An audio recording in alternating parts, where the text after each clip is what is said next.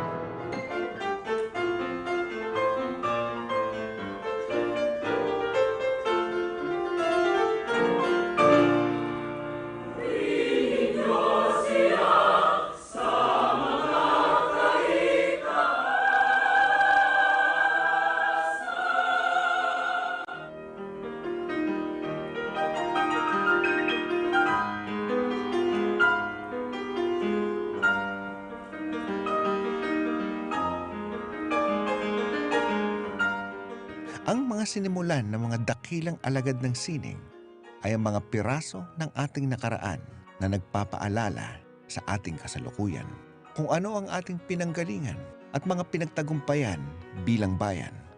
Ang pagdadakila at pagbibigay halaga sa mga ambag, sakripisyo at pag-ibig na ilinaan ng mga haligi ng ating kalinangan ay siyang susi at magsisilbing gabay sa kinabukasan ng ating kahusayan bilang isang bayan, bilang mga Filipinong mamamayan. Ating lingunin ng isang dakilang manlilingkod ng Filipinong sining, isang tunay na maharlika na naghahari sa puso ng Filipinong kultura, sagisag na mananatiling huwaran at nag-iisa. Pambansang alagad ng sining, Lucrecia R. Casilag.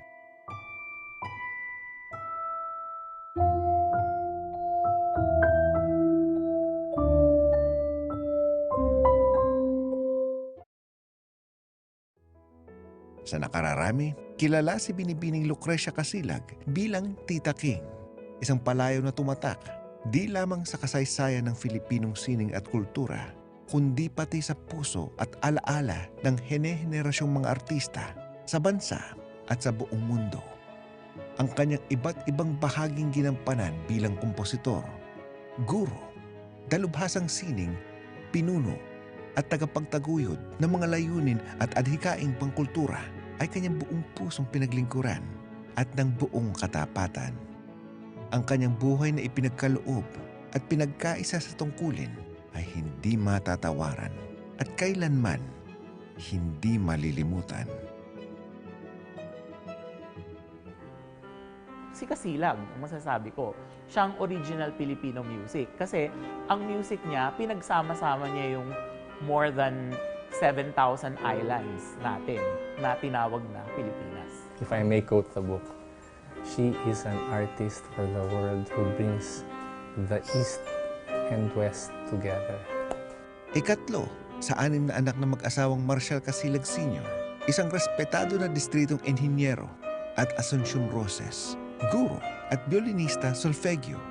Si Lucrecia Kasilag ay isinilang noong ika-31 ng Agosto taong 1918 sa San Fernando, La Union. Lumaki sa tahanang may pagpapahalaga sa talino at talento. Natural na nalinang ang kakayahan ng mga magkakapatid sa larangan ng sining at akademiko. Noong sila ay maliliit pa at sa family nila ay meron silang rondalya at si Tita King ang gitarista. Silang lahat ay pinag-aral ng musika ng kanyang ina at tinuruan silang magpiano at solfeggio hanggang sa ito na ang kanyang napiling career.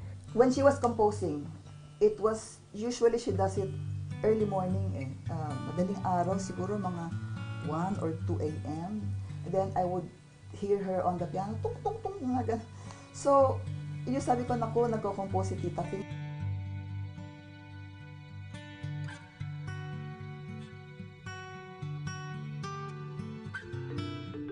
Nagtapos ng elementarya bilang valedictorian sa Paco Catholic School at sa mataas na paaralan ng Philippine Women's University. Siya ay nagtapos ng bachelor sa sining bilang cum laude sa parehong pamantasan habang kanyang kinukuha ang kanyang music teacher's diploma, major in piano sa kolehiyo ng St. Scholastica. Sa Paco, dun siya nag-elementary. Pero sa music education niya, she is always proud to say that she got her music education from St. Scholastica's College. And, St. Scholastica's College is the first to open a music program in the Philippines. At bilang isang outstanding student, ang kanyang mga sinulat ay tinatanghal sa aming annual St. Cecilia's Concert. At si Tita King po ay isang suki pagdating sa pagsulat ng orihinal na musika. Kaya yung mga naririnig natin sa ibang lugar, halimbawa ng CCP, ay nasubukan na dito sa St. Scholastica. Lucrecia Kasilag, while she was finishing her AB English degree at Philippine Women's, she was also finishing her piano performance degree. And I don't know if there's even a Filipino pianist who performed Beethoven's Hammer Clavier Sonata. This is a gigantic work at the age of 18. Hindi maikakaila ang talento ni Lucrecio Kasilag sa musika, lalo na bilang kompositor. Sa rekomendasyon ng kanyang dekana na si Felicing Tirona, siya ay nagpatuloy sa pagdadalubhasa ng pag-aaral sa komposisyon sa labas ng bansa. Sa ilalim ng Fulbright Scholarship Grant na ginawa ng Eastman School of Music University in Rochester, nakamit ni Lucrecia Kasilag ang kanyang Master of Music degree, major in Music Theory and Composition. Bukod dito, siya rin ay ginawaran ng mga honorary doctorate degrees ng Centro Escolar University, Philippine Women's University, at St. John's University, New York. Nung nasa Eastman siya, sinasabi niya na siya ay naging assistant music theory professor doon. At kinukwento rin niya yung kanyang mga experiences sa kanyang teacher sa composition na si Dr. Wayne Barlow. The early style of Kasilag is highly influenced by French romantic music, Impressionism in particular, no? Bago siya lumipad patungo sa Eastman School of Music sa New York. After that ay nagbago ang kanyang estilo. At pinagsama niya kung ano ang kanyang nasa damdamin niya at kung ano ang napag-aralan niya dito sa kanyang eksperyensya bilang isang manunulat ng musika o kompositor. And then, siguro mga late 50s and then onwards, na-discover niya na yung Asian aesthetics. Hinalo niya yung kanyang Western background at saka yung Asian elements, Filipino elements. Niluto niya yon at yun yung tinatawag niya na East-West style. Nung panahon nung gera, nagtayo siya ng Philippine Conservatory of Music kasama ang kanyang yung dean dati si Dean Felicing Tirona. Naging mentor din ni Tita King yon. Paham sa larangan ng kultura at respetadong pinuno, gayon din ang pagpapahalaga para kay Binibining Lucrecia Casilag sa akademya. Ang kanyang mga naiambag para sa pagpapatatag ng musika at ang kultura sa kabuo ay pinagtibay at mas pinaglalim. Kanya iniangkla sa larangan ng edukasyon ang pagsisinop at preserbasyon, pagsasaliksik at pagsusuri ng mga pag-aaral na may kinalaman sa kalinangan ng bayan. Even the current UP Music Dean, si Dean Vern de la Peña, he mentioned that it was Casilag who paved the way for Jose Maceda to be an ethnomusicologist. Dinala ni Casilag si Maceda sa Mindoro at doon nagsimula, nag-research sila ng music. In fact, in 1946, when after the war, Casilag first taught at the UP Conservatory of Music, she encouraged her students to collect music instruments, collect their folk songs. Ang pagsubok siguro ay yung tinatawag niya na Dhaka experience. Dhaka kasi sa Pakistan ito. It was in the 1950s or 60s. And then na-invite sila na mag-present isang cultural presentation.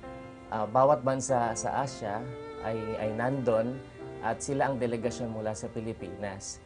Now, nung sila na ang magpe-perform, ay nag-request siya ng piano. So sabi ng mga organizer, walang piano dito. Dahil ang piano ay isang Western instrument. It's not an Asian instrument. So, after no experience na yun, ito ay isang parang enlightenment sa kanya na oo nga naman, kailangan tayong Pilipino, meron tayong sarili natin na instrumento or sarili nating identity. Pag tayo ay nagre-represent ng bansa natin, ito ang nag-udyok sa kanya para saliksikin ang Philippine music, ang Asian music. Noon pa man, nasa diwa o damdamin na niya ang katutubo at hindi siya nakukontento sa kanyang kaalamang natutuhan sa kanluran. Kung kaya, ang ginagawa niya, pinaglalangkap niya ito. Kumbaga, bilang pambansang alagad ng sining, sa tingin ko, ito ang kanyang ambag sa musikang Filipino, sa musikang pandaigdig. Ang kanyang talino at talento na malalim na nagliliwanag sa disiplina at dedikasyon ay ilan lamang sa kanyang mga katangian na tunay na kahanga-hanga. Bukod sa larangan ng akademya, gayon din ang pagtangi sa kanyang kakayahan bilang administrador at pinuno. I knew her later as a dean of the College of Music because I enrolled to get my degree. And that was when I saw her. Actually, she looked so stern and so impossible to reach. When later on, when I got to know her much later, she was as crazy as we were with Zenas Lozada. Noon yan, pag nakikita ko, lagi akong ilag kasi akala ko napakataray. Pero nung tinugtog ko yung Divertismo, I saw that she was so human, so normal, so regular. And from then on, she kept on calling me na because madali akong hilahin to perform, and her music, I find it so interesting kasi iba-iba. She made our trips at Bayanihan not only professionally and musically of that standard, because she had put together all the music of the Philippines. She had put it and integrated it into this mind-blowing program that the Bayanihan brought out in 1958. So she was responsible for the musical research. Matindi ang research niya sa mga tribal instrumentation, folk, mga rondalya. Hawak niya yung lahat. Nagawa niya ng komposisyon aside from her modern abstract music. She has some works that are also understandable, mga romantic, pero her works are deep. Kailangan maintindihan talaga. Kaya, ano yan, it will go through times.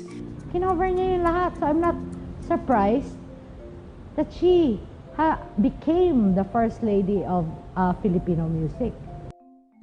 Ang kanyang mahabang panahon ng panunungkulan bilang direktor pangsining ng pangunahing institusyong pangkalinangan ng bansa ay pinagsilbihan ng labis-labis na puso, panahon at katapatan ang sentrong pangkultura ng Pilipinas na siyang naging tahanan at konkretong muhon ng Filipinong kasiningan at kagalingan. Kapag nababanggit ang pangalang Lucreza Casilag, ang unang sumasagi sa isip natin ay Cultural Center of the Philippines. Pero nung daw nga siya ang presidente ng CCP, her achievements in CCP basically instrumental to the rise of CCP as the premier arts institution in the country and Southeast Asia. And she built up this institution from the time of its inception, was inaugurated because she was part of the planning team up to 1986. That was how long she worked here. She gave prominence to the CCP in the international art scene. Even as she was president of the Cultural Center, artistic director at some point, she proofread everything that was to come out of. So I've taken that very seriously because it's the image of your company that she safeguarded. That's, I think, taking it very seriously to make sure that what comes out is exactly what is the best that you can bring out. And she organized a lot of things, events, and for that. And I think she was trusted by Mrs. Marcos to really do the artistic direction of CCP. And really, at around that time when she was the artistic director, world-class talents came and performed. Higit pa rito, siya'y naghawa ng landas at lumikha ng isang matibay na huwaran para sa mga educational na institusyon kung paano dapat pinangangalagaan ang mga salik na nagpapaunlad sa pinakadiwa di lamang ng kultura kundi pati sa tunay na pagkatuto. Di lamang ng isang individual kundi pati ng bayan sa pamamagitan ng kultura. sa kanyang paglalakbay sa ibang bansa, napunta sila sa Interlaken. At ito ang ginawa nilang parang modelo para magkaroon ng kagaya nito sa Pilipinas. At kinalaunan noong 1977, itinatag nga yung Philippine High School for the Arts. Doon mismo sa National Arts Center sa Mount Makiling sa Los Baños. At ang opisina po ni Tita King naman ay nasa Cultural Center dito sa Maynila. Kumbaga't masasabi ko na maraming pawis at dugo ang dinanak ni Tita King sa simula pa lang sa pagbuo ng Philippine Center for the Arts sa Bundok Makiling. Pagkatapos naman ay ang pagpapangisiwa at pagtaguyod nito ay isa ring napakahirap na gawain. Nung nagbabalik gunita nga ang mga alumni, kung ano ba ang nagawa talaga ng Philippine High School for the Arts, hindi yung mga individual na nagsipagtapos sa PSSA, kundi ang nagawa ng institusyong ito ay ang ambag sa ngalan ng edukasyong pansining. PSSA, sa tulong ni Tita King, ang nagpasimula na parang professionalisasyon ng art education. Hindi lamang siya nakontento sa pagtugtog, paglikha, kundi magbahagi. At napakahalaga nun, no? Yung pagiging artist educator ng isang alagad ng sining. Tinaguri ang unang ginang ng Filipinong musika, si Binibining Lucrecia Casilag. Si Binibining Lucrecia Casilag ay isang tunay na henyo sa kanyang larangan. Ang kanyang daang-daang komposisyon, di lamang ng malawak na kahusayang pangmusika, ito rin ay koleksyon ng kanyang malawak na karanasan bilang artista, malalim na pag-unawa at pagmamahal sa kanyang sining at walang hanggang pagtuklas sa potensyal at posibilidad ng Filipinong kalinangan. Ang pinakatumatak sa isip ko ay ang divertisement o divertismento para sa piano at orchestra.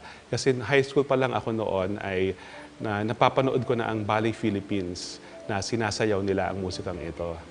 At kahit makinig ka lang sa musika ay meron ng mensahe ito na maganda ang musika ng mga Asyano, maganda ang musika ng ating bansa, Pilipinas.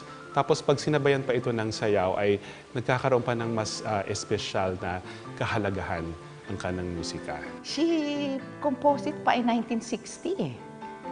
And then it was premiered by the Manila Symphony Orchestra. Yeah, Diba? that's our favorite. Your favorite too? Yeah, it's one of my favorites. Makikita mo, how did she blend that na iba-iba, may gong, different kinds of gong, may mga kubing, mga different percussion instruments, even the voices of the people na la la la la la, mga ganun. She's able to include it in her composition. And when you listen to it, it's very alive.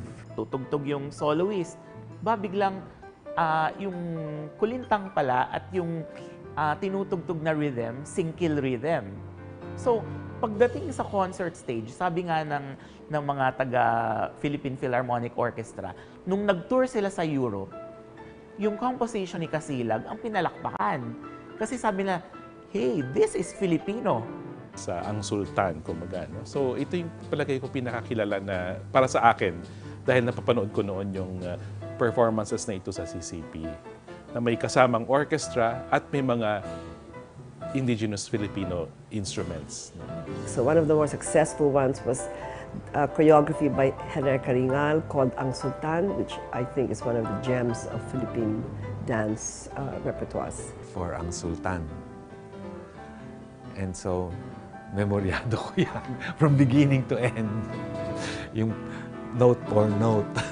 In all my choreographic works, she played a very important role in many of them. So we collaborated musically with Amada. We collaborated together on a piece called Bayanihan Remembered. So Tita Kay and I worked on that. We worked on many other things. Favorite ko actually yung Philippine scenes. These are sketches of Philippine folk songs. The orchestra is suddenly singing. Wala pang composer sa buong mundo ang napaisip nun. Actually, hindi lang singing. Yung parang may part sa huli na parang nag-uusap-usap yung orchestra. Ganon. Isa sa mga pyesa na natugtog ko na kay Tita King, yung Ecology. Meron kasi siyang series of piece, ang tawag ay Ecology, na kinocombine yung different kinds of instrument na Western at saka Philippine. For me, it's a very, very nice experience kasi parang ang sarap mag-perform. Kasi kakaiba siya eh. Kapag narinig mo yung Ecology, kakaiba siya kasi nga nature sounds, indigenous sounds, Western sounds, so gano'n. She has around 7. At ito yung pinaka-interesting kasi may choir, tapos yung mga iba-ibang bote at na iba-iba syempre yung tubig na nakalagay sa bote na yun para iba-ibang pitches, no? Tapos, bakit kaya ecology? Kasi she was an environmentalist. So, syempre, yung pagmamahal natin sa nature ay she was able to express it through music. Ang number one advocacy namin noon ay, sabi nga ni Tito Odette, kayo ang mga artists for the environment. Weekly, maraming iba-ibang nagtutugtugan, pero ang pinaka-cool sa ginawa ni Tita King ay nag-compose siya ng rap, Ang Basura Bao.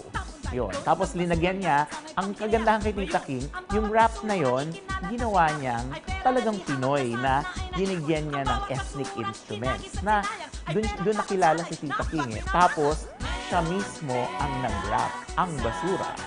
Actually, her first music theater was also my first.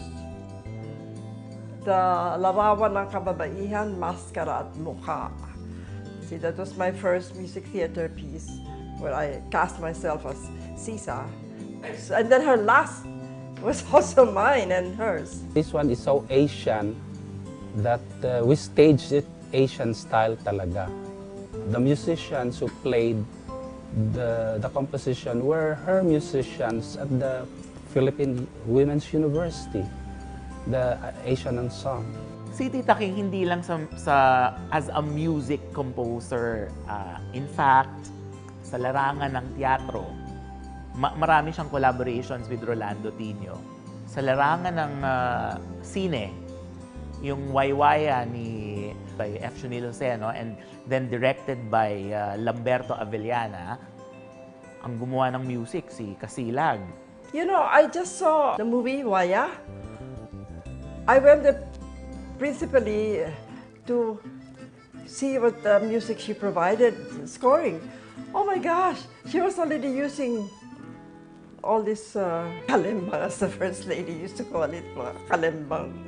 Sa larangan ng poetry, syempre, no, kay Rio Alma, merong isang composition na for choir, Kung Maaari Sana. Jose Garcia Villa, reading of the poem, ginawa ni Tita King collaboration with her music. Ang kanyang mga pinangungunahang programa sa loob at labas ng bansa para sa pagpapalawag ng sining at kultura at pagtataguyod ng mga makabuluhang layunin ay tunay na lumikha ng bantayog na ehemplo ng isang magaling na pinuno at kulturang bisyonaryo. Isang ehemplong ipinamalas ni Binibining Lucrecia Casilag. Nakakatuwa ang career ni Tita King kasi she is beyond politics. Okay? Nakilala siya ng mga tao, akala ng mga tao na dahil kay Imelda Marcos, kaya siya naging sikat. Pero actually, hindi totoo yun. Kasi before Imelda Marcos, sikat na siya. One time, ewan ko kung bakit hiningi ko ito. Hiningi ko sa kanya yung kanyang CV. And her secretary gave me her CV. Ganyang kakapal. Ay, sabi ko, bakit ganito kakapal naman ito? My God, ang dami-dami niyang organizations. She was president of this, secretary general of this. Not only here in the Philippines, but also abroad. In fact, vice president na siya ng International Society for Music Education. She already founded the Asian Composers League. In fact, the League of Filipino Composers, she was president for more than 50 years. Yeah. And din sa brand of excellence, no? Siguro yung pag-uwi niya from Eastman, from the States, I guess she inspired a lot of Filipino musicians also. And the fact that she gained respect sa mga Filipino composers. And di ba nabanggit ni Jonathan na she was the president of the League of Filipino Composers for so many years. Asian Composers League. Piano Teachers Guild of the Philippines. She made friends with international musicians also. So she also became internationally known, not just here. Her greatest contribution also is she organized the Asian League of Composers. Before that, wala. And because of that organization, all these Asian composers, the budding ones, were given a chance to compose and have their works performed. One of her pet projects is Namsha. So it's really training and discovery, training, nurturing of young Filipino musical artists, which I think, because it's still alive now and doing well, is one of her great legacies. Her advocacy is linkages with our neighbors in Asia, in Southeast Asia, etc. And she spearheaded those. And she was very well respected in the Asian music and art scene. At sa kabila ng kanyang malayong narating, ay isang mapagkumbabang tao na mapagbigay di lamang sa kanyang talento at talino, gayon din ang kanyang panahon at malasakit.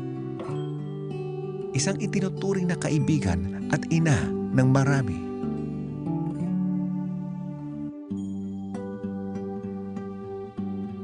A loving and lovable artist, music artist. Parang ako noon natuwa sa kanya. So parang gusto ko siyang i-hug noon. Kaso masyado siya mataas. So hindi ko siya ma-hug. Friendship with her was 3 stages. First as a scared, cowering student, you know. And then the second phase, I was her experimental singer. I was her guinea pig. She tried all this contemporary modern. And then the third stage was when we were practically contemporaries, where she was already kind of deaf. She started to get deaf. And she could still see, but just blurred. And then I became much older than she was, taking care of her. She couldn't see anymore. She could barely pronounce the words that she would wanted said. But that's when she composed the last opera. Ay, she's very helpful. Pagka nakikita niya, when it comes to studies, pag pinakikita niya may talent, gusto niya i-hone yun hanggang tumubo ang talent, kailangan palalabasin. Tita King is one of the women who has been a great model and a great inspiration for me in my life. I first met her as a young girl running up and down what was then called College of Music and Arts. In a way, she continued my learning experience from my mother and my father, but I have these strong women, prominent women in my life, and Tita King, I would say, would be the second one to my mother. As I heard it from Fides actually and from other musicians, she's very motherly. Hindi siya masyadong nagagalit. Magagalit lang siya talaga kung puno na ang salo, parang ganon. Pero usually, she just explains things and she doesn't shout. She doesn't scream. She's very calma. Nakita ko po na siya po ay very generous pagdating sa artists. At sabi niya, gawin mo ang lahat para maging proud kami sa inyo. So ganun po, malaki ang kanyang tiwala sa kakayahan ng artistang Pilipino. At isa pang binili niya sa amin na kahit na po ang inaaral namin ay Western o pangkanduranin na musika, sabi niya, huwag mong kakalimutan ang sarili nating musika. Una ko siyang nakita, nasa stage ako ng sa Rizal Park, yung concert at the park yata yun. Tumutugtog kami, andun yung gongs namin, andun yung Joey Ayala at ang Bagong Lumad. Kapaa kami, ganyan. And then it started to rain. So the people started to leave. Tapos, pagtingin ko sa audience, may isang tao na hindi umaalis. Nakapayong, nakapikit, nakaganyan, gumaganyan-ganyan. Sino kaya yun? So, nalaman ko later, si Tita King. Ano siya, para siyang na-hypnotize. Nakaganyan lang siya. Uulan, lakas na ng ulan, tao, wala ng tao. Yung kalahati ng entablado, basang-basa na. Pero may tao doon na hindi umaalis. Di kami nag-usap noon, but just knowing that she did not leave even during the rain. One characteristic of Tita King that if you see Tita King wearing the certain color of the day, then you would know what day it was. Because she kept to a schedule of wearing different colors depending on the day. Kasi sabi niya, she believed that every day has some kind of cosmic thingy that vibrates with a certain color, no? Because there were times that Tita King would come with us out of town. So we'd go to 100 Islands, and then mamaya-maya nandun na yan sa beach, kukuha ng bato. Tok, tok, tok, tok. Tapos hanap na ibang bato. Tok, tok, tok. Parang yun pala, she was trying to listen to the different sounds of the rocks, of the stones. So ganun siya, she finds music everywhere she goes. And she would collect those stones. And not just stones, the shells. Actually, Tita King was an avid collector of stuff. Anything and everything. She would have bato-bato. She would even collect chicken wishbones. You know the chicken wishbones. Wishbones. She would collect those, and put them in a container. Naku, ang dami-dami. She was a pack rat. Hindi nila alam, siya, matakaw si Tita King. I'm sure even her nieces and nephews, no, they know that mahilig sa ice cream, mahilig sa putanesca.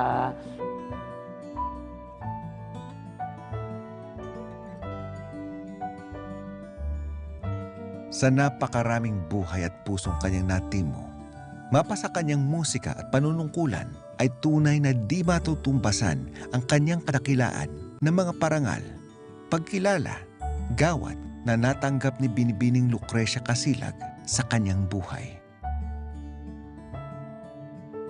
Noong mga 1960s, inawardan siya ng 2 beses ng Republic Cultural Heritage Award sa kanyang obra na ang title ay Misang Pilipino at Toccata for Percussion and Winds. So ito ay ginawad sa kanya bilang pagkilala na isang magaling na kompositor na Filipino. In the 1990s, specifically in 1993, she was awarded by UNESCO the International Artist Award. So, kasama niya dito sila Rostropovich, sila Jose Carreras, and she is the only Filipino na binigyan ng award na to. Mula sa malawak na oktaba ng damdaming kanyang malikhaing naisalin sa mga nota ng kanyang mga obra, mga katutubong ugat at kasaysayan na malinaw na ikinukwento sa bawat tinig, tono at tunog ng kanyang musikang pinanday. Bawat kulturang layunin at adhikaing pinagkampiyonan, ipinaglaban at itinaguyod. Pagbubukas ng pintuan para sa Filipinong galing upang ito'y maisamapa sa sining ng mundo at paglalapit ng sining at kultura sa bawat Filipino.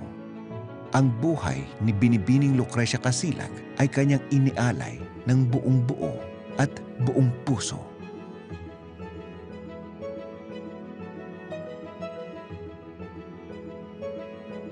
She is not after whatever monetary consideration there is for her compositions, and she's very open to sharing her works with anyone.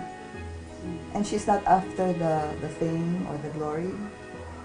And I believe that she knows that it's a God-given talent that she wants to give back to the people, especially the Filipino people, especially when it comes to the ethnic and her cultural creations. Kasi it's something that she wants the world to learn about. The richness of Philippine music, the richness of the different ethnic instruments. Kaya lang nga, unfortunately ngayon, I think medyo nawawala eh. But lately, with these centennial celebrations, I feel it's gaining ground, the appreciation for ethnic music. Definitely nahanap ni Tita King ang Filipino-Asian, ang Filipino identity. Bakit? Kasi hindi lamang siya nag-compose para lang sa music instruments.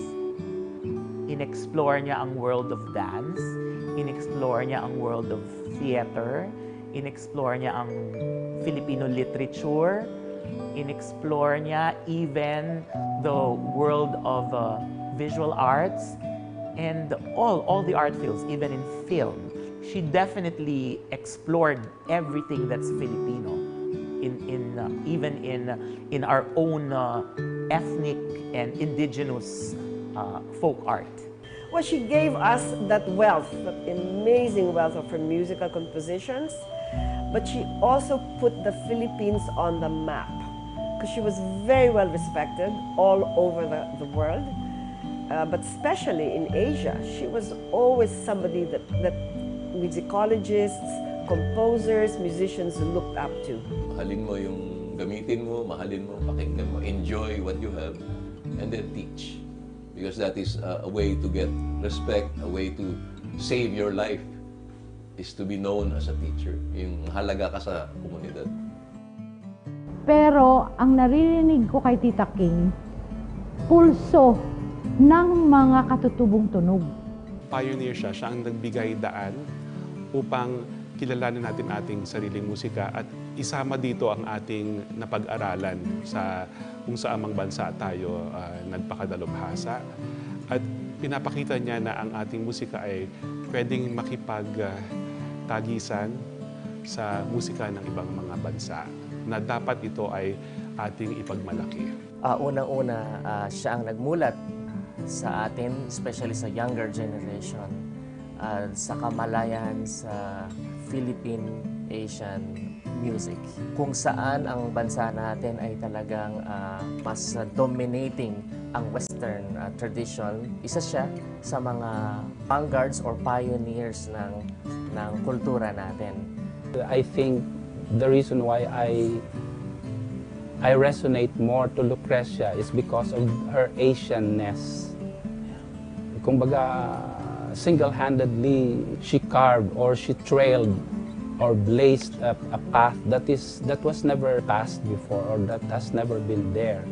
And for that matter, it's so admirable because she's a woman, she's a Filipina musician, and actually the first Filipina musician at that. She was funny, she was crazy, she was very talented.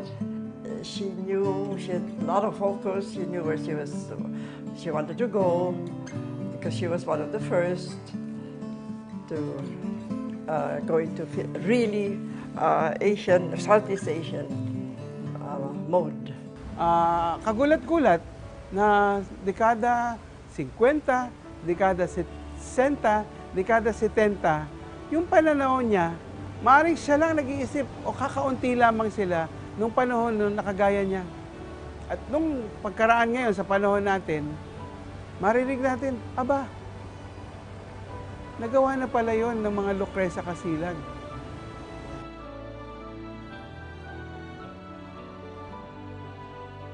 Sa mundo ng Filipinong sining na kanyang tunay na pinagharian, kanyang binigyan ng malalim na kahulugan ang salitang paglilingkod, ang kanyang ehemplo na matagumpay na nagsakatuparan sa tunay na ibig sabihin ng katotohanan, kabutihan at kagandahan.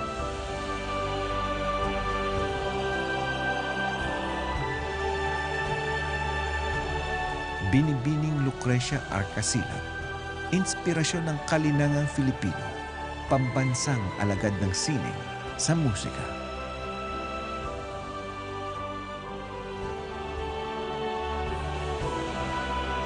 Sagisang kultura ng Pilipinas.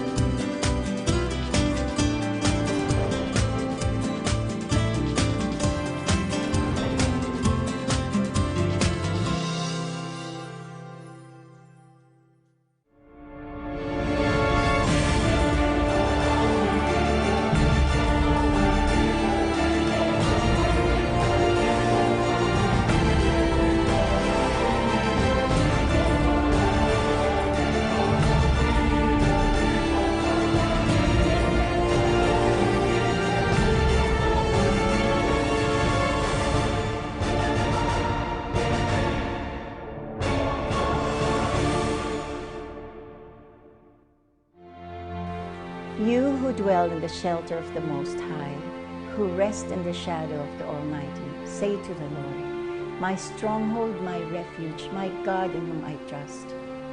He will rescue you from the fowler's snare and from the deadly pestilence. He will cover you with his pinions and give you refuge under his wings.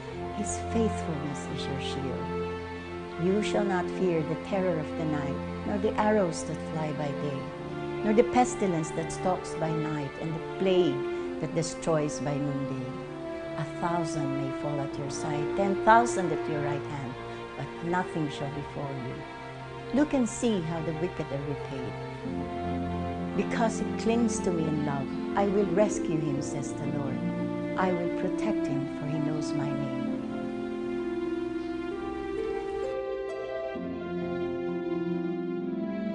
Si Freddie kasi, ano siya, he's a practicing Catholic, pero he's not just religious, he's spiritual actually. He was kind of eccentric, lovable. Freddie is a character. Hindi mo siya ma-pinpoint eh. Punong-puno yan sa mga sorpresa. Mahirap siyang pangitiin, mahirap siyang patawanin, pero lagi siyang nagmamasid. He dared talk about suicide.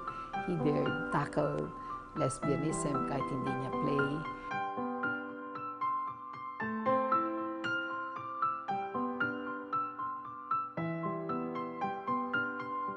Matapos ang ikalawang pandaigdigang digmaan, ang ating bayan ay naiwan sa pighati at pait dala ng giyera.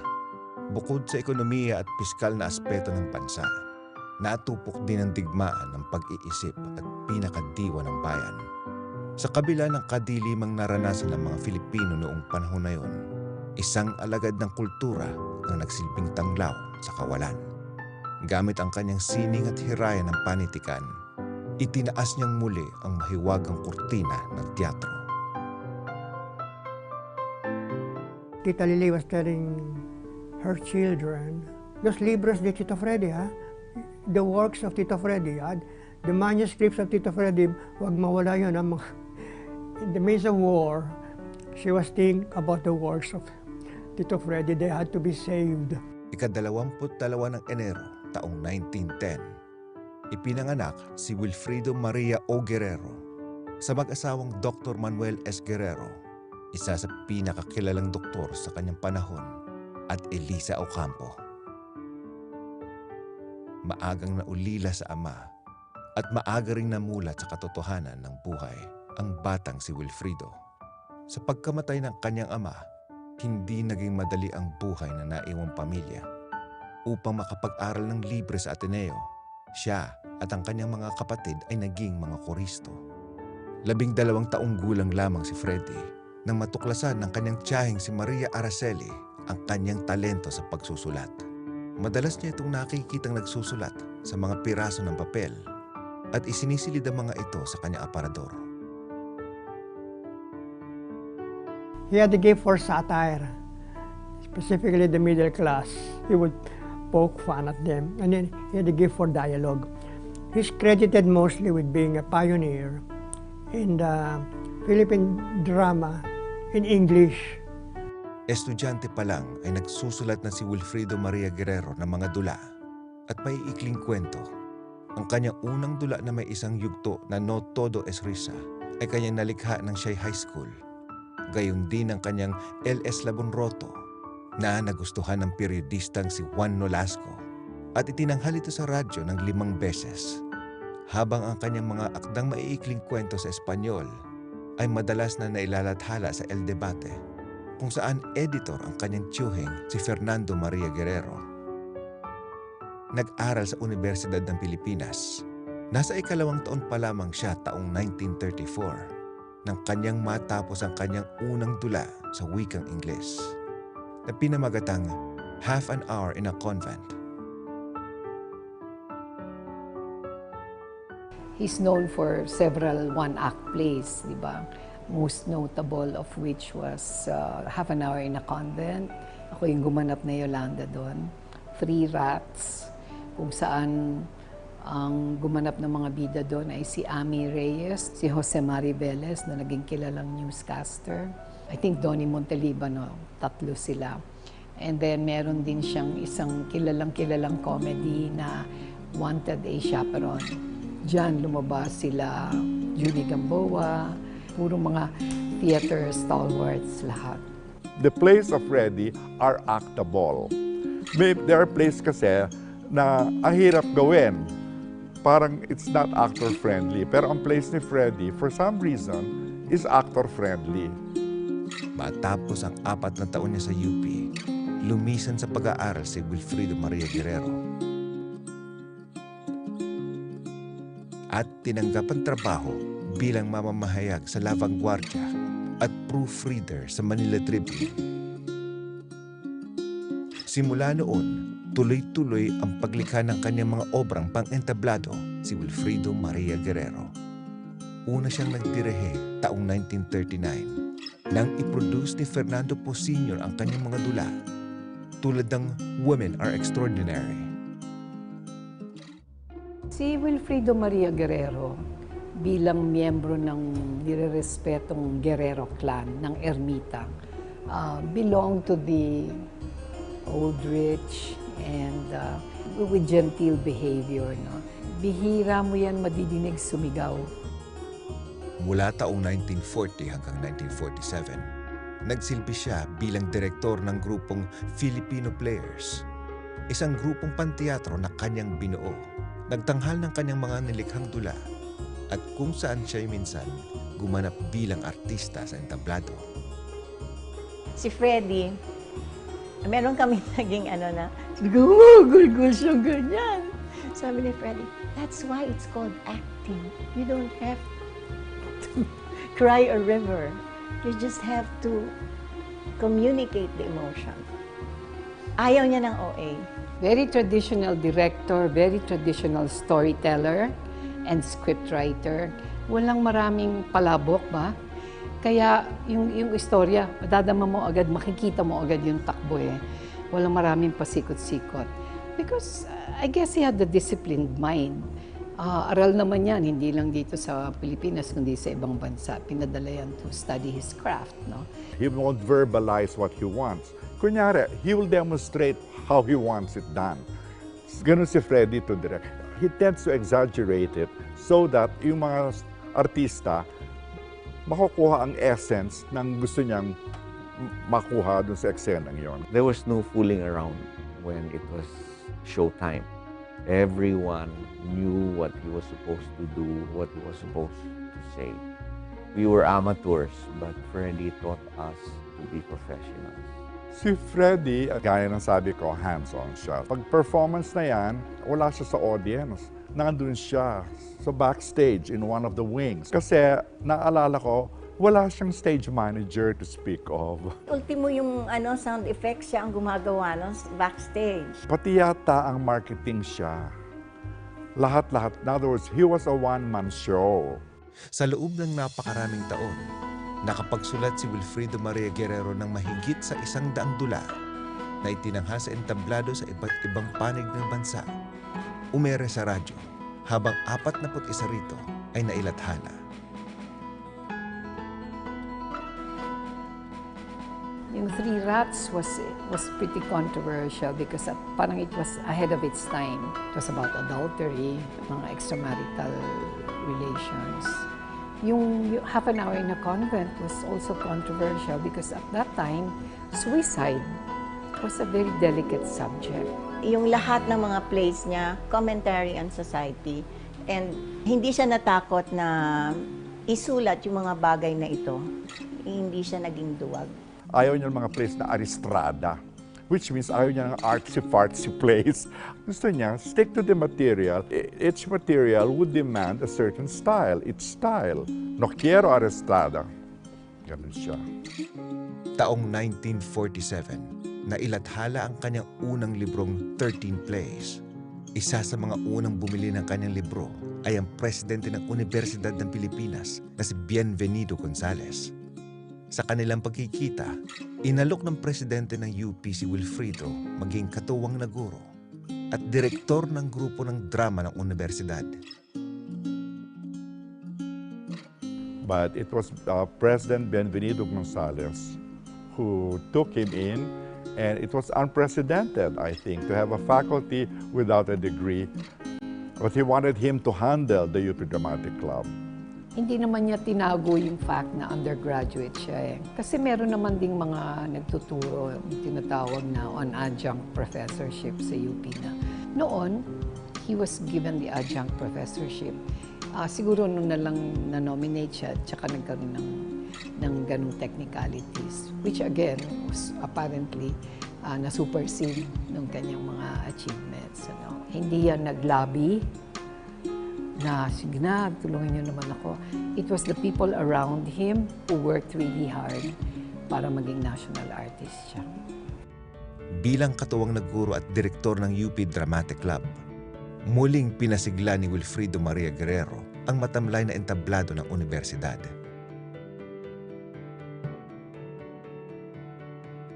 Yung UP Dramatic Club, talagang halos siya yung nag-umpisa niyan talaga eh. From the 50s down to our generation, tinatag niya yung UP Mobile Theater para yun namang mga estudyante, yung drama team niya, ay magkaroon ng oportunidad na mapalawak yung kanilang experience at mag-perform sa labas ng campus. Siya ang unang-unang alam kong nakapagdala sa teatro, sa grassroots talaga. Hindi kami pwedeng mag-inarte. Kung ang dadatnan namin dun ay mga drum na pinatungan ng tabla, kailangan mag-perform ka doon. Kung kailangan ng ilaw namin ay front lights ng isang jeep, kung saan kami nakasakay, you just go on with the show.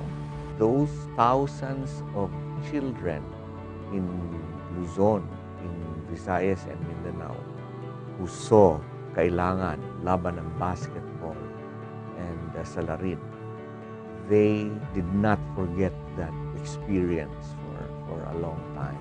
Siya ang unang nag-direct ng existential play, No Exit ni Jean Paul Sartre. It's not an easy play, but he was the first one who did that. He also did the first gay play, Tea and Sympathy, which starred Tela Diaz and Bans Arrieta. Sa loob ng 16 na taon, nasa may mahigit 120 dula ang naitanghal ng grupo na pinagbulan ng mga veterano sa larangan ng teatro, telebisyon at pelikula gaya ni Ben Cervantes, Junie Gamboa, Tony Mabesa, Ismael Bernal, Celia Diaz Laurel, Anton Juan, Joy Virata, at Lino Broca. A person of very few words, so kumbaga nandyan siya, nagre-rehearse kayo, magsasabi lang siya siguro na ganito gawin mo, or itong gawin mo, wag mong gawin yan. And then that's it. Pag nagkamali ka, yun na, doon mo lang maririnig yung kanyang famous. Hindi ka pwedeng mag-adlib. Kailangan pag dumating ka doon, memoryado mo talaga. Doon ka makakarinig ng punya if you miss your line. Bukang bibig ni Freddy yan. Ay, you know. That's how he would say it. He would say it only once. And then you know that he is upset. Nakatikim din ako ng p***ta niya. It was in the script writing class. This is not the right way to do it. Do not say everything in the first paragraph. Ganun niya. You have to distribute and give your actors a chance to interact. Pero sabi nga nila, kung hindi ka daw mahal ni Freddy Guerrero, hindi ka niya So okay na sa akin yun. Ibig sabihin, mahal niya ako.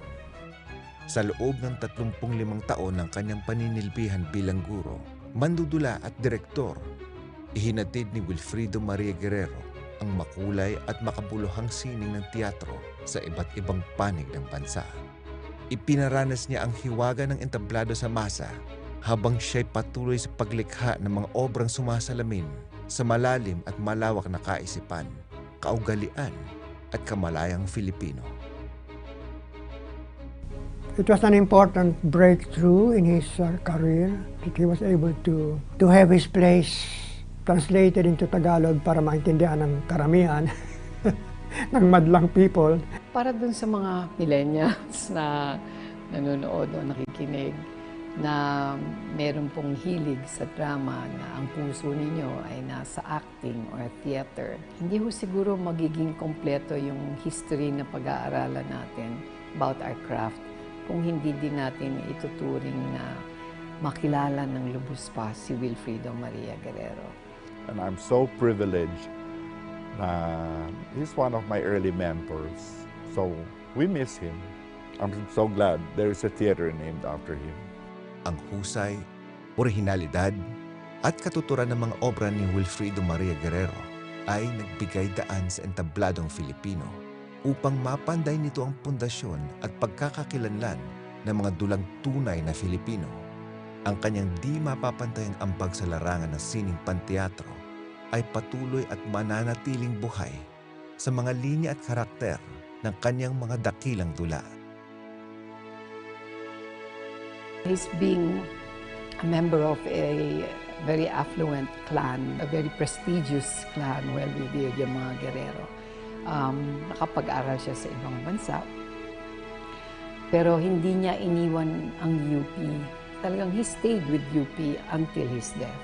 Naalala ko, parang binigyan siya ng City of Manila Pro Patria Award. Siguro yung malala na yung sakit niya. Sabi niya, nagpaalam ako, ayaw nga akong payagan ng doktor. Pero pumayag sila, pipirma lang daw ako ng waiver. Dinala namin siya sa CCP, nag-attend kami. Masaya siya, binalik namin siya sa lung center. He never compared himself to the greats. He never said, I'm as good as Lee Joaquin or I'm as good as Shakespeare. He never said that. He underrated himself. But it was us who thought that he was a great artist. Filipinong artista, kritiko, periodista, direktor panteatro, mandudula, Wilfrido Maria Guerrero, haligi at maningning na bulalakaw ng Filipinong entablado. Dakilang pambansang alagad ng sining para sa teatro, masigasig na alagad ng kulturang Pilipino.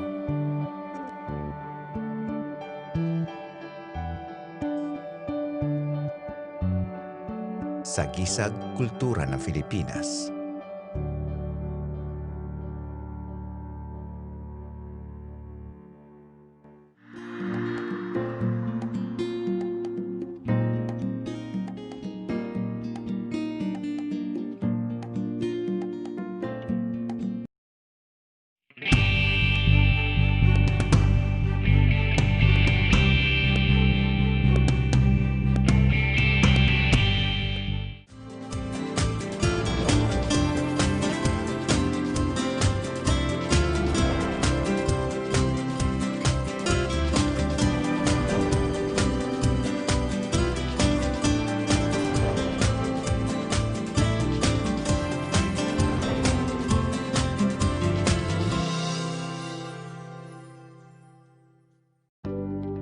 Alamin ang mga paraan upang maiwasan ang pagpasok o pagkalat ng COVID-19 sa inyong mga tahanan.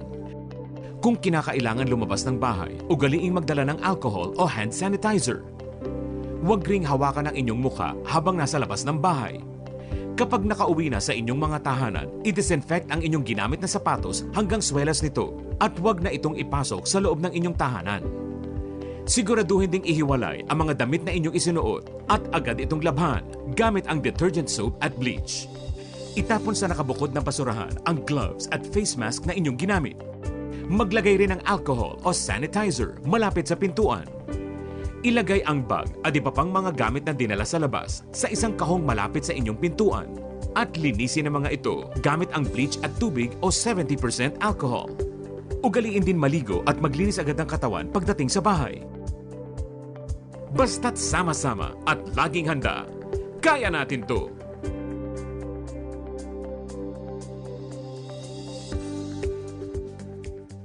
Sa muli nating pagpasok sa ating mga opisina, narito ang ilang mga gabay pangkaligtasan upang masugpo ang paglaganap ng COVID-19. Palagi ang i-disinfect ang mga bagay na madalas hinahawakan, pati na ang mga sasakyan at kagamitang pumapasok sa lugar ng operasyon. Mag-assign ng isang safety officer na siyang magmamonitor sa pagsunod sa mga patakaran at magre-report ng mga suspect case. Kung magpapapila sa loob ng tanggapan, magtalaga ng mga roving officer na magpapatupad ng physical distancing sa mga tao. Iengganyo ang mga empleyado na kumain na lamang sa kanilang mga lugar o gumawa ng schedule para hindi magsiksika ng mga tao sa silid kainan. Laging i-disinfect ang kusina, kantin at cafeteria. At magbigay ng kaukulang suporta sa mga manggagawa tulad ng mga gamot, bitamina, counseling at mas malawak na health insurance package. Basta't sama-sama at laging handa, kaya natin to!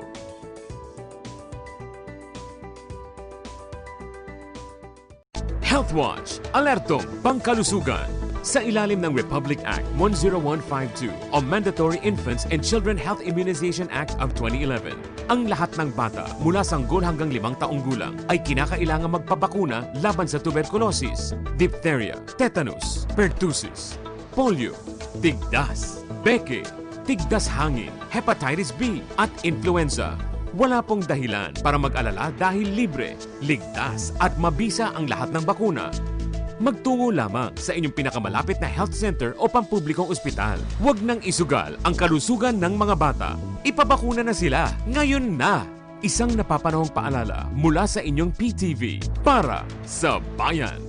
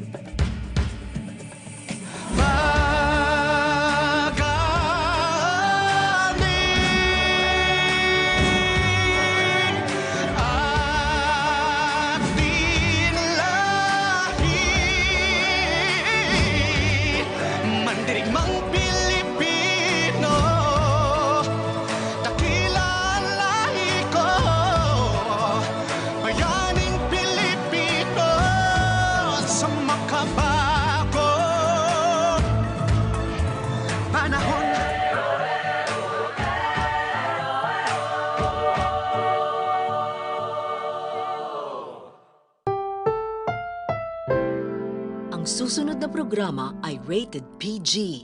Ito ay nangangailangan ng patnubay at gabay ng magulang para sa mga batang manonood. Ngayong gabi sa Ulat Bayan, 780 UV Express balik operasyon na bukas sa 47 ruta sa Metro Manila na itinalaga ng LTFRB. Mga driver, puspuso na ang paghahanda sa pagsunod sa health protocols sa kanilang biyahe simula bukas. Sila ang unang responder outside of Cebu City in order to assist or possibly complement the services of our military, of our civilian doctors in Cebu City. 32 medical teams ng Armed Forces of the Philippines ipinadala para sa paglaban sa COVID-19 pandemic sa Cebu City. Mahigit 6 na milyong pisong halaga ng hinihinalang shabu nasaba sa isang menor de edad sa Zamboanga City. Habang sa Cebu City, nasa 3.4 na milyong piso halaga ng shabu rin ang nakumpiska ng PIDEA. Taas presyo ng produktong petrolyo, ipatutupad ng mga kumpanya ng langis sa papasok na linggo. Kung magkano, alamin! At mga makukulay na face mask na hinabi ng mga katutubo sa probinsya ng Abra, Silipin.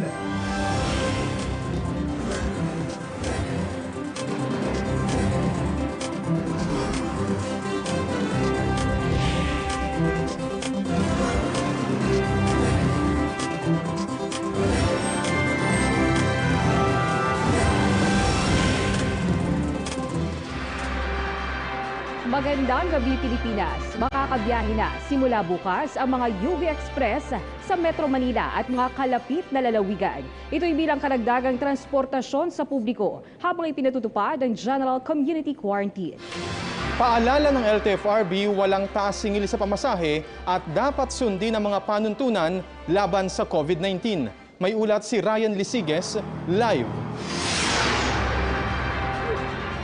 Eunice, Alan, isang araw nga bago itong muling pamamasada ng ilang mga UV Express, abala na nga itong ilang terminal at ilang mga operators sa pag-aayos ng kani-kanilang mga sasakyan para maayos na maipatupad itong minimum health standard na pinatutupad ng gobyerno para makaiwas sa pagkalat ng COVID-19.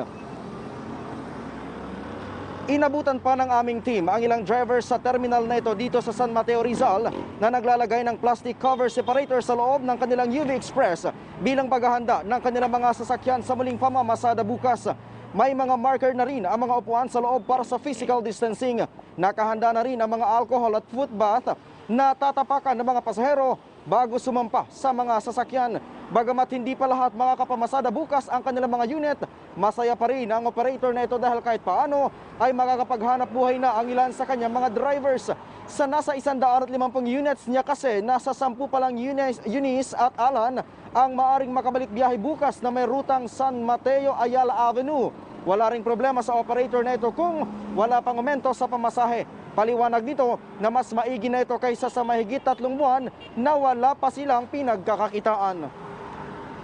Sa ngayon kasi naiintindihan din naman namin kasi guidelines yun, tapos talagang wala rin pagkukunan ng mga tao eh.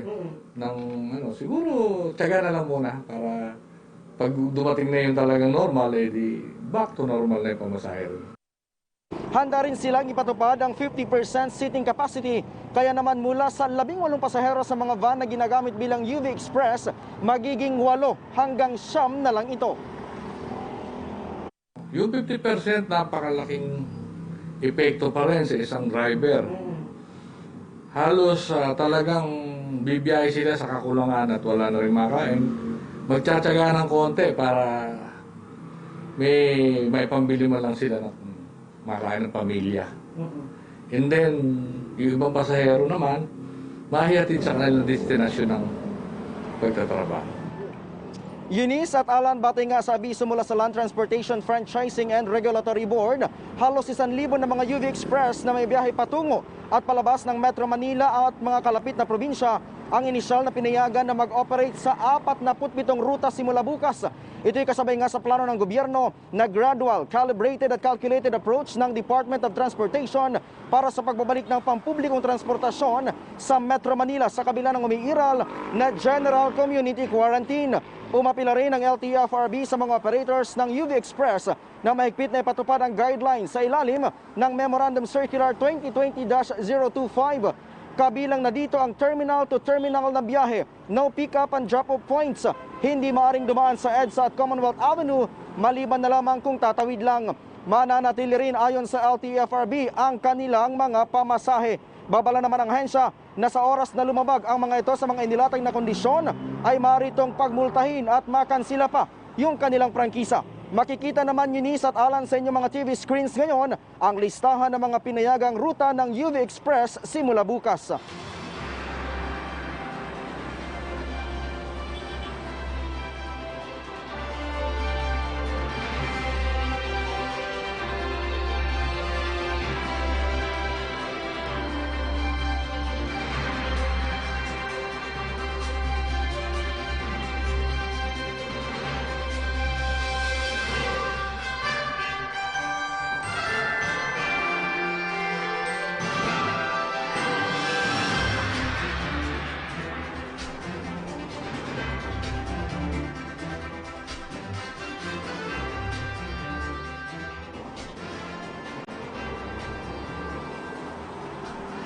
Samantala pero ang ilang driver naman ng UV Express Ala na hindi pa kasama na pinayagan na makabiyahe bukas, may apila sa LTFRB. Hanggang ngayon sir, inaantay pa namin yung mga sinabi nila kung anong dapat mga gagawin sa loob ng sasakyan. Hanggang ngayon sir, yung mga sasakyan namin hindi pa nakaselyo. Kasi wala pa kami nakikita mga sample talaga ng mga ginawa nilang disenyo para sa mga UV ngayon po sa loob po nila.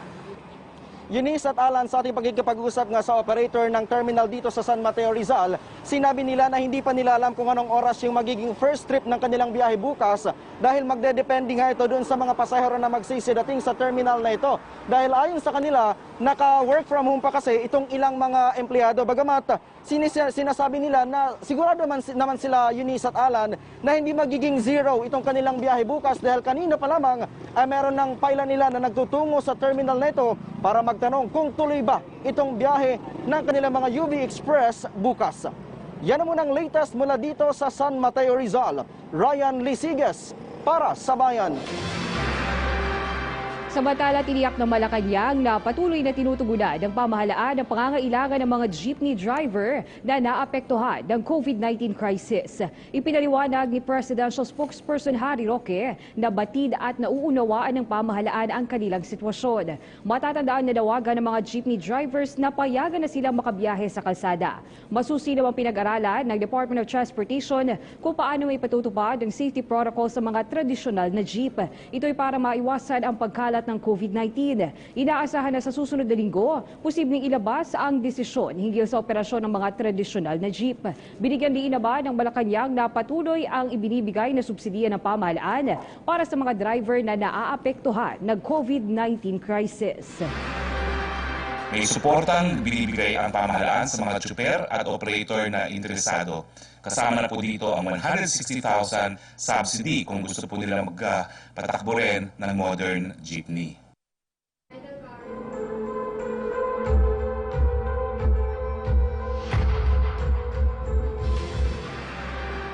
Hinikayat ni Pangulong Rodrigo Duterte ang mga bansang kasapi ng Association of Southeast Asian Nation o ASEAN na pag-igtingin pa ang pakikipag-ugnayan laban sa COVID-19. Sa ginarap na 36th ASEAN Summit, binigyan din ng Pangulo ang pagkakaroon ng mas matibay na kooperasyon ng mga bansa sa gitna ng krisis.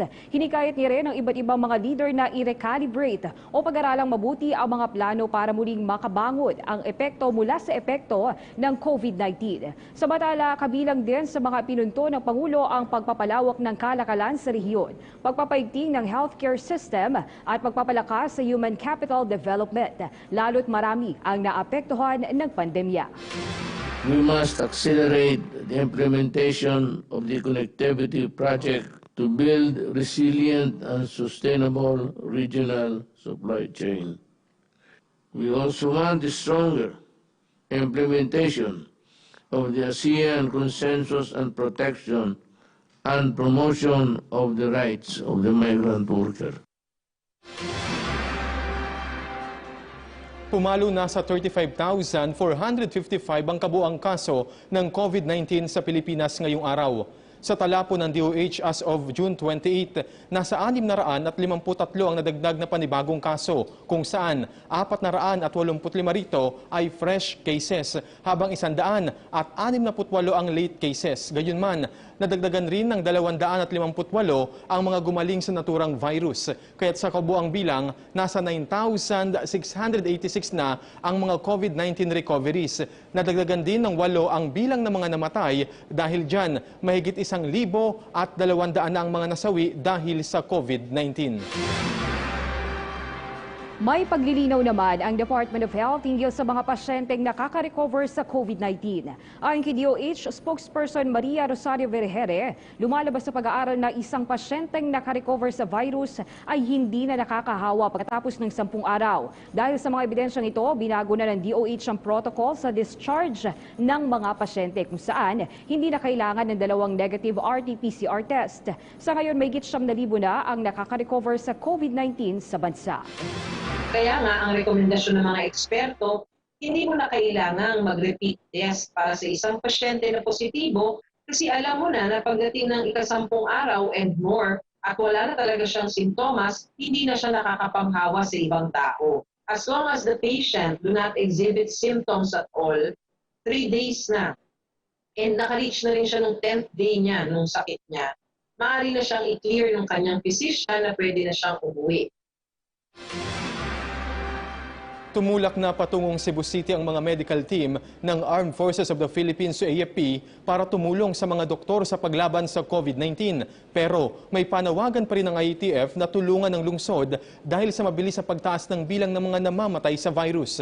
May ulat si Ryan Lisiges. Nagpadala ang Armed Forces of the Philippines o AFP ng 32 medical team para sa Cebu dahil sa patuloy na pagtaas ng kaso ng COVID-19 sa lugar. Binubuo ng 9 na doktor, 10 nurses at 13 medical aid ang ipinadala ng AFP sa rehiyon sa ilalim ng Task Group Central sa pamumuna ni Colonel Josefino Lanuncia. Pasado alas 8 kanina nang lumipad ang medical team lulad ng Philippine Air Force C-129 aircraft. Bago ang kanilang biyahe kanina ay isinilalim muna ang mga ito sa swab test at flu vaccination. 1 buwan mananatili ang mga ito sa Cebu para tumulong sa pag-contain sa COVID-19.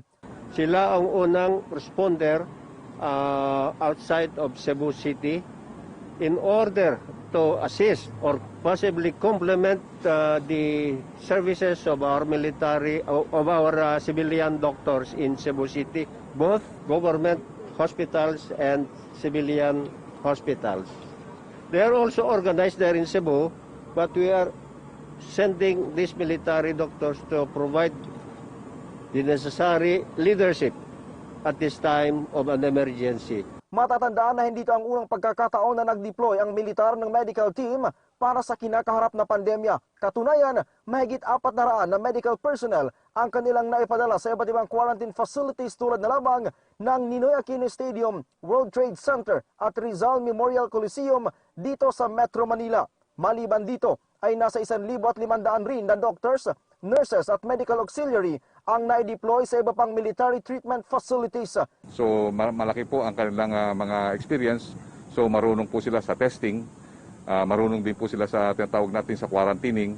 Magaling din po sila sa treatment dahil kasi po nakikita po natin napakaganda po ng kanilang performance at talaga pong sinusunod nila mga protocols. Nanawagan rin si Galvez sa lahat ng LGU at ilang pang pribadong sektor na tulungan ng gobyerno sa pag-contain ng COVID-19 sa Cebu City. Kami po nananawagan sa ibang mga region na ang ano po natin, kailangan po talaga natin na medyo matulungan ang Cebu City considering na ngayon nagpipeak na po ang kanilang tinatawag nating rate of death at saka yung new cases. Na talaga po ng isang araw, nagkaroon po tayo ng more or less 17 to 19 deaths. And then kahapon, mayroon tayong 14 deaths. Ryan Lisiges para sa Bayan. Pumanaw na si dating congressman at ngayon Cebu City Councilor Antonio Cuenco dulot umano ng COVID-19. May ulat si John Aroa. Nagluluksa ngayon ang lungsod ng Cebu sa pagkamatay ni dating congressman at ngayon Cebu City Councilor Antonio Tony Cuenco. Sa edad 84, sumakabilang buhay si Cuenco dahil sa impeksyon dulot ng COVID-19. Kinumpirma ito ng kanyang pamilya. Ayon sa pamilya, na-confine si Cuenco noong June 25. Ngunit 7 araw bago na-confine sa ospital ay nilagnat at inubo ang nasabing opisyal. Sa parehong araw, kinuhanan siya ng swab test. 2 araw matapos nito, napag-alaman na nagpositibo sa virus si Cuenco. Sa isang opisyal na pahayag ng pamilyang Cuenco, lubos sila nagdadalang pahati sa pagkamatay ni Cuenco, isa sa mga haligi sa politika sa lungsod. Ayon sa pamilya, inilaan ito ang buhay ng opisyal sa paglilingkod sa bayan. Nagsimula ang kanyang karera sa politika sa edad 29. Si Cuenco ay may akda ng Comprehensive Dangerous Drugs Act of 2002.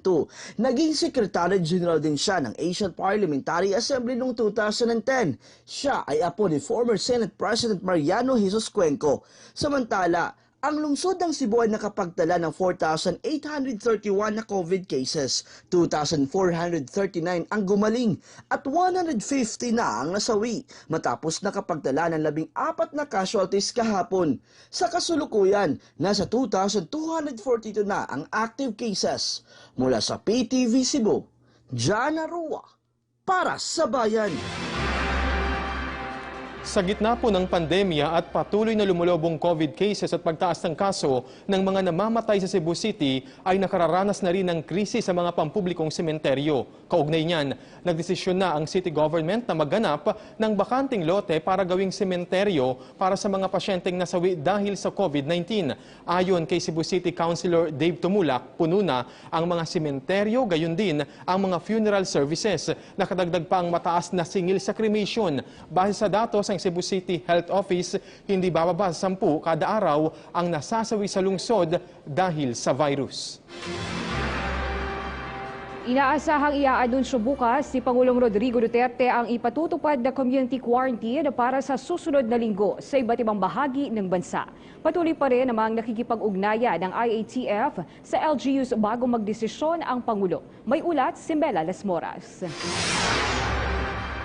Sa darating na Lunes, inaasahang iaanunsyo na ni Pangulong Rodrigo Duterte ang kahihinatnan ng nationwide community quarantine pagsapit ng Hulyo. Ayon kay Presidential Spokesperson Harry Roque, may nabuo ng pasya hinggil dito ang Interagency Task Force for the Management of Emerging Infectious Diseases. May rekomendasyon na po, pero this is subject to review by the President.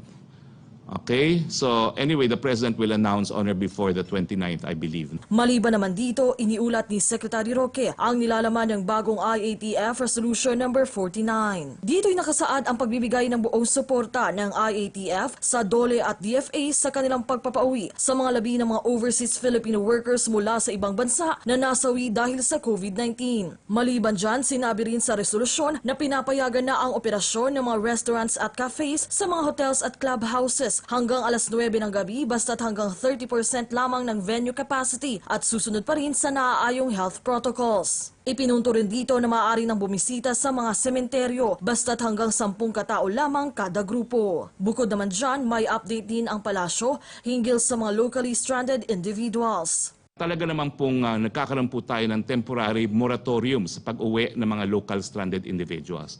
Pero ngayon po, pinayagan ang ang pagbiyahe ng 2 to-go vessels kung saan sakay nilang mga LSIs dahil yung preparasyon po para sa kanilang biyahe ay nagawa na bago pa ang moratorium. No?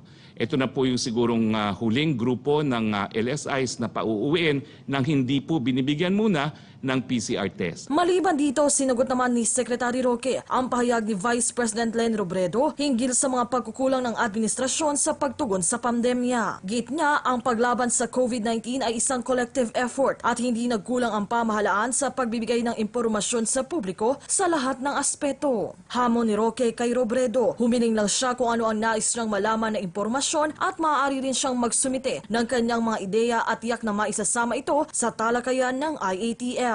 Meleles Moras para sa Bayan. Susunod, mahigit 6 na milyong pisong halaga ng iligal na droga nasabat sa isang menor de edad sa Zamboanga City. At 20 OFWs inaasahang puwersahang pinapaalis sa kanilang tunutuluyan sa Saudi Arabia kasabay ng COVID-19 pandemic. Ang detalye sa pagbabalik ng Ulat Bayan.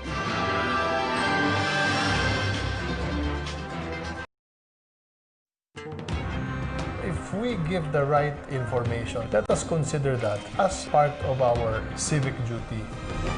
The fight against coronavirus is an arduous and protracted one, but this is a battle worth fighting and winning for. The fight against COVID-19 starts at your doorstep.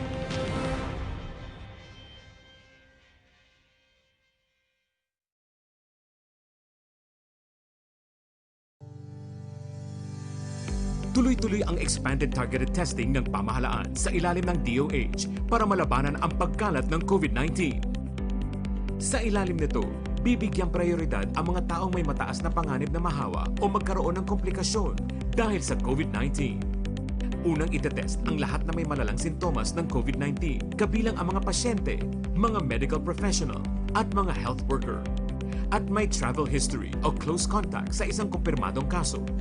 Pangalawa sa prioridad, ang mga taong nagpapakita ng mahinang sintomas ng COVID-19, gaya ng mga medical professional at health worker, mga PUI na kabilang sa vulnerable groups, at mga pasyenteng may kumpirmadong travel history at close contact sa isang COVID-19 na kaso. Isasalang din sa testing ang mga asymptomatic o walang sintomas, ngunit may exposure, gaya ng mga medical professional at health worker, at mga pasyenteng may travel history at close contact sa isang taong may COVID-19.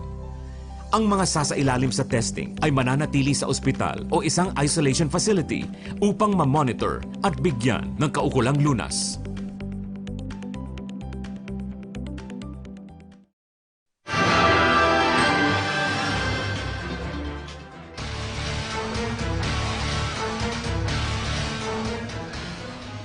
Arestado ang isang menor de edad sa isinagawang buy-bust operation sa barangay Santa Barbara, Zamboanga City. Nahuli sa sospek ang hinihinalang shabu na nakakahalaga ng 6.8 million pesos. Todo tanggi ang 17-year-old na sospek sa iligal na transaksyon. Tiniyak naman ng kapulisan na tuloy pa rin ang anti-drug campaign nila kahit pa may COVID-19 pandemic. Nasamsam ng mga otoridad sa Cebu City ang iligal na droga na nagkakahalaga ng 3.4 million pesos sa isang high-value target. Ayon sa PDEA Region 7, nasamsam sa operasyon ang 5 plastic packs at isang transparent sachet ng hinihinalang shabu na may timbang na humigit kumulang na 500 gramo. Mahaharap sa kasong paglabag sa Comprehensive Dangerous Drugs Act ang suspect. Di-raid ng mga operatiba ng Bureau of Customs, National Bureau of Investigation at Philippine Coast Guard ang ilang auto parts store at 5 warehouse sa Quezon City. Nakumpiska sa operasyon ang mga hinihinalang smuggled car parts na nagkakahalaga ng 150 million pesos. Ayon sa Customs, galing China ang mga ito, pero pinalalabas nilang gawa ng Japan-based car companies ang mga naturang piyesa ng sasakyan. Kaugnay yan, pinapayuhan ang publiko sa mga ganitong uri ng panloloko ng ilang mga negosyante at tiniyak ng mga otoridad na huhulihin ang mga ganitong uri ng iligal na negosyo. Umakyat na sa mahigit 630 pulis ang nagpositibo sa COVID-19. Ayon kay Philippine National Police spokesperson Brigadier General Bernard Banac, Kabilang sa mga naitalang panibagong kaso, ang 53 PNP personnel na isinailalim sa COVID-19 test nitong Biyernes. Karamihan aniya sa mga nahawang pulis ay galing sa Metro Manila, Calabarzon, Central Visayas at Central Luzon. Patuloy naman na minomonitor ng PNP ang higit 1,000 PNP personnel na nakitaan ng sintomas ng virus. Mahigpit na ipinutupad ng PNP ang safety protocols para maiwasan ang pagkalat ng naturang sakit. Binuksan na ang pinakamalaking molecular laboratory sa bansa. Makakatulong nga ito sa testing capacity laban sa COVID-19. Nagbabalik si Ryan Lesiges. Fully operational na ang pinakamalaking molecular laboratory sa bansa ng Philippine Red Cross bilang testing center ng COVID-19 na nasa lungsod ng Maynila. Ito ay may testing capacity na 14,000 kada araw. Merong 7 RNAs itong molecular lab na ito na merong 14 na polymerase chain reaction o PCR machines. Naniniwala si Senator Richard Gordon na malaking tulong ang magagawa ng pagbubukas nito para ma-contain pa ang COVID-19 dahil sa mas maraming test na yung kanilang may sasagawa. Paliwanag ng senador, kung maraming may sasagawa na testing sa bansa, mabilis rin na matutukoy kung sino ang positibo sa sakit at maihiwalay doon sa mga negatibo sa COVID-19. Ang testing capacity ng Pilipinas ngayon ay nasa 0.4% pa lamang na malayo sa 13% na standard ng World Health Organization or WHO. Ang molecular laboratory ng PRC ay meron ding hemodialysis center bilang certified COVID-19 testing center noong pang May 15. Sa ngayon, umaabot na sa 18,000 test out of 149,116 na samples ang naiproseso ng PRC. Dapat bumilis lahat ang tetestingin natin dahil sobra ang capacity. Magkakaroon tayo ng 22,000 test capacity dito sa Manila, pero ang pumapasok right now, maabot lang ng 3,000 to 2,000. So dapat lahat ng mayor, lahat ng mga taong gusto magpa-test. Dahil doon lang tayo makakapagtrabaho. Ang mensahe ko sa kanila, kung gusto niyo makapagtrabaho, dapat kayo ay magpa-test. Ang iba pang testing center ng PRC ay nasa Mandaluyong, Pampanga at Zambales. Lumalabas naman ngayon na nasa 26% sa lahat ng test na naisagawa sa bansa ay prenoseso ng Philippine Red Cross. Matatandaan, may sinusulong ng senador ang massive testing sa COVID-19 nang sa ganon ay makabalik na sa trabaho ang mga magne-negatibo sa virus, partikular na ang mga nawalan ng hanap buhay. Theoretically, we can finish Manila. 13,000 ang 1.3 million ang gusto namin itest sa Manila. That is 13% of the population of Manila. That is what World Health Organization told me before. So we want to test 13%. That is 1.7 million. So if we have all these testing apparatus going in Subic, Clark, at saka Batangas and Laguna, we can finish Manila in 50 days. Ryan Lesiges para sa Bayan. Samantala, pwersahang pinalayas ang 20 OFW sa Riyadh ng kumpanyang kanilang pinagtatrabahuan sa panahon po ng COVID-19 pandemic. Nanawagan sila ngayon ng tulong sa pamahalaan. May ulat si Dick Villanueva. Nananawagan ang ilang mga OFW sa Riyadh na sila ay matulungan dahil 4 na buwan na silang hindi pinapasahod ng kanilang pinagtatrabahang kumpanya. Sila ay persahan ding pinalayas sa kanilang ibinigay na tirahan ng walang dahilan. Kaya ayon sa kanila, may mga OFW na tumutulong upang hatiran sila ng pagkain at gamot. Isa sa kasamahan nila ay namatayan na ng anak sa Pilipinas ngayong panahon ng pandemic. Nag-viral sa social media ang kanilang mga kalagayan kung saan umani ng sari-saring reaksyon sa buong mundo. Sa ngayon, minomonitor na sila ng Polo OWA sa pamamagitan ng phone call dahil pansamantalang naka-quarantine ang may staff ng Polo sa Riyadh. Sa kabila ng kanilang kalagayan, nag-aalala pa rin sila sa kanilang mga pamilya sa Pilipinas dahil hindi na rin nila ito napapadalan ng pera. Ayon kay Labor Attaché Mr. Nasser Mustafa, gumagawa na sila ng paraan para sa kanilang repatriation at siniguro ng opisyal na makakasama sila sa susunod na chartered flight. Gayon din ang mabayaran sila sa kanilang unpaid salary. Hindi naman sila pinalayas na wala silang pupuntahan, ngunit sila ita-transfer sa bagong accommodation. Okay. So, malayo ang accommodation yun. Sabi na ipapasundo namin sa aming transportation, sa aming bus. Yung sahod nila, pinag-usapan na namin at sa company. Ang sabi ng company sa akin, sabi niya, kung mayroon pa talagang silang sahod, ibibigay namin sa kanila bago sila umuwi. Now, sa pag-uwi, nag-coordinate na sa akin ang company. Actually, nagpauwi na sila ng isang eroplano. Isa sa mataas ang kaso ng COVID-19 ang Saudi Arabia, pero nagpapasalamat sila na wala ni isa sa kanila ang nagpositibo sa virus. Wala pa po nang nag-positive dito, pero yung 4 po na namin kasama na naiwan dito, na unang bumalik dito, na umalis na po, may kasama po siya dito, mga na umuwi ng Pilipinas. Sa Pilipinas po nag-positive, pero dito po nag-stay sa room namin. Sina Lormel, Jefferson at ang kanilang kasamahan ay humihingi ng tulong sa gobyerno upang makauwi na sila sa Pilipinas sa lalong madaling panahon at makapiling ang kanilang mga mahal sa buhay. Mula sa Riyadh, Kingdom of Saudi Arabia, Dick Villanueva para sa Bayan.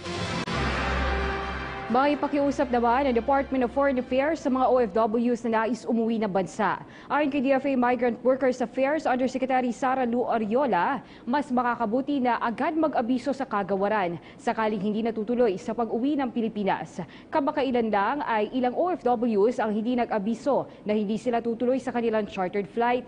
Nakakapanghinayang nila ito lalo't maraming OFWs ang naghihintay ng slot para agad na makauwi dito sa Pilipinas.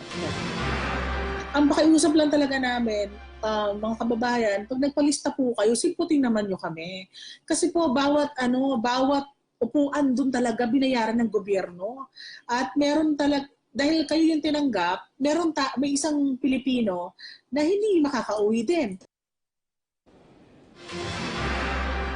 Umaasa po ang Department of Labor and Employment o DOLE na agad may uwi sa Pilipinas ang mga labi ng mahigit 300 OFWs mula sa Saudi Arabia. Paliwanag ni Labor Secretary Silvestre Bello III, patuloy na nakikipag-ugnayan ang Pilipinas sa mga opisyal ng Saudi Arabia para sa repatriation. Nakausap na ang Saudi government at binigyan sila ng deadline hanggang July 4. Tiniyak naman ng DOLE na mahigpit nilang ipatutupad ang safety protocol. Inaasahan na maglalabas ng guidelines at protocols ang Department of Health hinggil dito. Tiniyak din ng DOLE ang patuloy na pagtulong sa mga umuuwing overseas Filipino workers sa Pilipinas. Patuloy na nakikipag-ugnayan ang DOLE sa CAAP para dagdagan ang mga bumabiyahing flights. Samantala, may reaksyon naman po ang DOLE hinggil sa viral video ng ilang OFWs na umano'y namamasura sa ibang bansa sa gitna ng pandemya. Pero paglilinaw niya, noon pa ito ginagawa ng ilang OFWs. Hindi po ako naniniwala na may Pilipino kakain ng basura. Wala ako nakita pa. Ewan ko sa inyo, Your Honors, kung may nakita na kayong Pilipino na kumakain ng basura. Hindi dahil sa pangangailangan, kundi sa kagustuhan nila na makapagpadala ng dagdag pera sa kanilang pamilya dito sa Pilipinas. Sa ibang balita, kinwestiyon ng ilang senador ang Department of Education hinggil sa pagbubukas ng klase sa Agosto. Gate nila tila wala pang konkretong plano ang kagawaran para sa maayos na pagpapatupad ng pagtuturo sa mga estudyante. Narito ang ulat. Bago ang muling pagbubukas ng klase sa August 24, nangangamba ngayon ang mga senador sa preparasyon ng Department of Education. As we speak right now, nagpiprint na kayo mga materyales na gagamitin, nagpo-procure na kayo ng mga laptops na gagamitin ng mga teachers natin. Have funds to procure laptops or gadgets the way we are talking about it right now to be used in light of the COVID-19 pandemic. Ngunit ayon sa DepEd, kailangan muna silang bigyan ng sapat na panahon para ma-assess ang mga estudyante, depende sa mga kakayahan na nag-enroll. Ang walang internet connectivity ay nakatakdang bigyan ng mga self-modules at radyo naman para sa mga malalayong lugar. In your assessment, ang bata ba matututo? At sapat ba yung matututuhan niya na pwede siyang umakyat to the next grade level? If we're effective in motivating the child to engage himself or herself in the lessons, I have no doubt that learning will still happen. Napansin rin sa pagdinig ng Senado ang hindi pa kumpletong training ng mga guro para sa distant learning. Lumalabas kasi na mahigit 300,000 na guro pa lamang out of 800,000 public school teachers ang sumailalim sa training, katumbas ng 40% pa lamang. No offense, baka napag-usapan lang doon, paano i-off, paano i-on. Tiniyak naman ng DepEd na buwan ng Hulyo ang kanilang deadline para maibigay ang mga hinihinging datos ng senador matapos ma-assess muna ang lahat ng estudyanteng nag-enroll sa taong 2020 to 2021. Ginny Samonte para sa Bayan. Nagpaalala naman ng Department of Education sa mga magulang hinggil sa deadline ng enrollment sa mga pampublikong paaralan. Ayon sa departamento, hanggang ika-30 ng Hunyo na lamang maaring mag-enroll ang mga estudyante. Hinikayat din ng DepEd ang mga magulang na makipag-ugnayan sa pinakamalapit na division office o paaralan. Sa datos po ng DepEd, nasa 27 milyong estudyante ang inaasahan nilang makapag-enroll para sa darating na pasukan sa Agosto. Sa ngayon, nasa mahigit 15 milyon pa lamang ang nakapag-enroll sa iba't ibang pampublikong paaralan. Naniniwala naman ang ilang pribadong paaralan na hindi pa dapat buksan ang klase hanggang